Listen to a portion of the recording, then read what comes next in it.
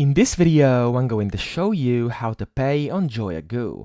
Now, the first thing you want to do is you want to come to the website. You can find the link down below in the description as well as in the pinned comment, and then you want to create your account over here.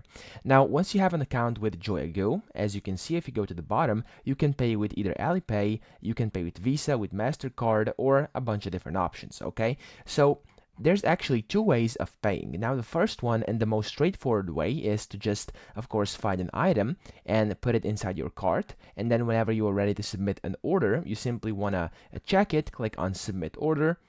And then over here, you basically go in to confirm this, and then you're going to go to the Buy Now section.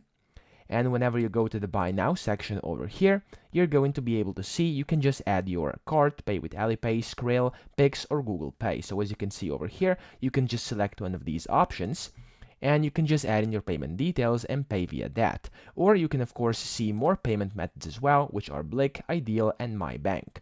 Now, you can also pay with your balance on your account. Now, this is the second way of paying, and usually this is a bit more convenient because you don't have to put in your details every single time you purchase. And the way you do this is you have to go up here to your account and click on My Wallet.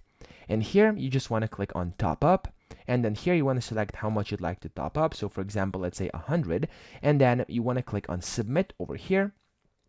And what's going to happen is you're going to be directed to this website where you're going to basically have to select how you want to check out and top up. So what you want to top up with. So again, you have these same payment options, and then you want to put in your details, click on Pay for Order, and then your wallet will be topped up, and then you're going to have some funds on here, and you're going to be able to just pay with these funds whenever you try to buy anything on the website. So that's pretty much it. I hope this video helped you out. If it did, please subscribe to the channel and help me out as well.